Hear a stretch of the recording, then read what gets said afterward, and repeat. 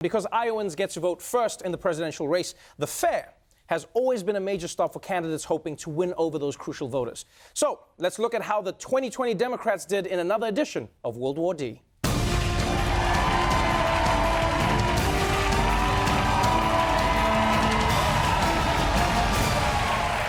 The Iowa State Fair. It's an all-American experience where you can do everything from win a giant stuffed animal to deep fry and eat a giant stuffed animal. And how do the candidates show that they can appeal to everyday Americans? By discussing health care, sharing education policies? No. They do it by shoving a ton of food in their face. The center of the political universe this week, the Iowa State Fair. The 2020 presidential candidates ready to dive into that local cuisine. Oh my God. You like it? I really like it, so good. Good. Corn and hot dogs were meant to be married.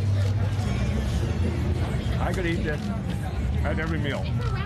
Yeah, of course.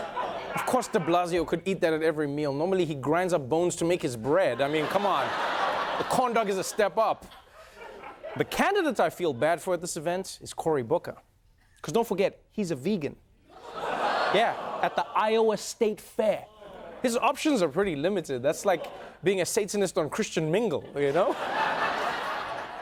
But it turns out at this event, the press wasn't only paying attention to what was going into the candidates' mouths, they also wanted to see what would come out of their mouths. And in the wake of the El Paso shooting and President Trump's racist rhetoric, the hottest topic was white supremacy. Frontrunner Joe Biden and the other presidential hopefuls are flocking to the Iowa State Fair, and they're being asked flat out if the president is a white supremacist. Based on his words and actions, yes, he is a white supremacist. You can't have it both ways. You can't keep trying to stir this up, give aid and comfort, be embraced by the white supremacists, and then say, oh, but not me. No. He's responsible. Enabling white supremacists, as I said earlier, what other conclusion can you come to that he supports it for some reason? Because he supports he's a white them. supremacist. Well, that's what I'm basically saying. So say it! I said it. No, you didn't. Say he's a white supremacist. He supports white supremacy. Is he a white supremacist? So that, what else can you conclude? God damn. That got aggressive real quick. Imagine how weird that is. 1 minute you're answering questions about pork chops on a stick, and then the next thing you're getting yelled at to call the president a white supremacist. Say it! Say it! Hold on.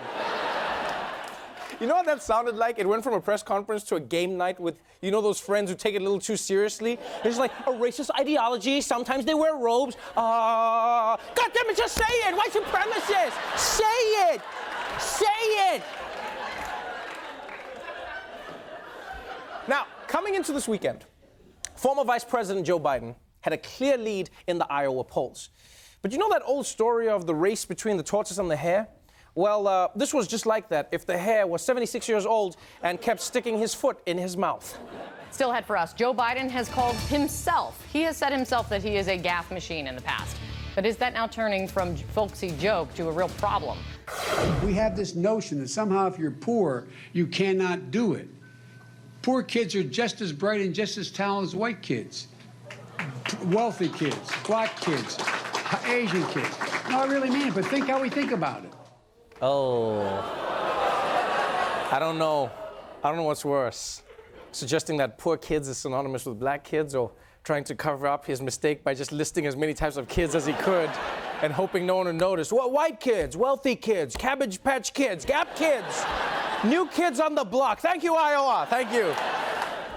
But look, anyone can make a slip of the tongue, right? What's worse than a slip of the tongue, though, is a weird memory lapse. And Biden had that, too. Then in another comment, he said that he had met with Parkland students after the shooting at that school when he was vice president. But of course, that was after he had already left office in 2018. I watched what happened when those kids from Parkland came up to see me when I was vice president. They went into and some of you covered it. And you watch what happened when they went up on the halls of Congress. Okay, this is super awkward. Either Biden thinks he was still vice president in 2018, or he's just invented a meeting with Parkland kids that never happened. And let's be honest, mistakes like this don't help the narrative that he's too old to run. Yeah, because this sounds like the classic grandpa mistake. You know, it's just like, oh, you made my favorite turkey sandwich. Come over here and give your grandpa a kiss. It's like, sir, I'm not your grandson. I just work at Subway. But I will take that kiss. Now, with some of Biden's gaffes, you at least knew what he was trying to say. You know, but this next one was a little harder to translate. Here is another sample from Joe Biden on the campaign trail. Just watch this. We choose unity over division. We choose science over fiction. We choose truth over facts.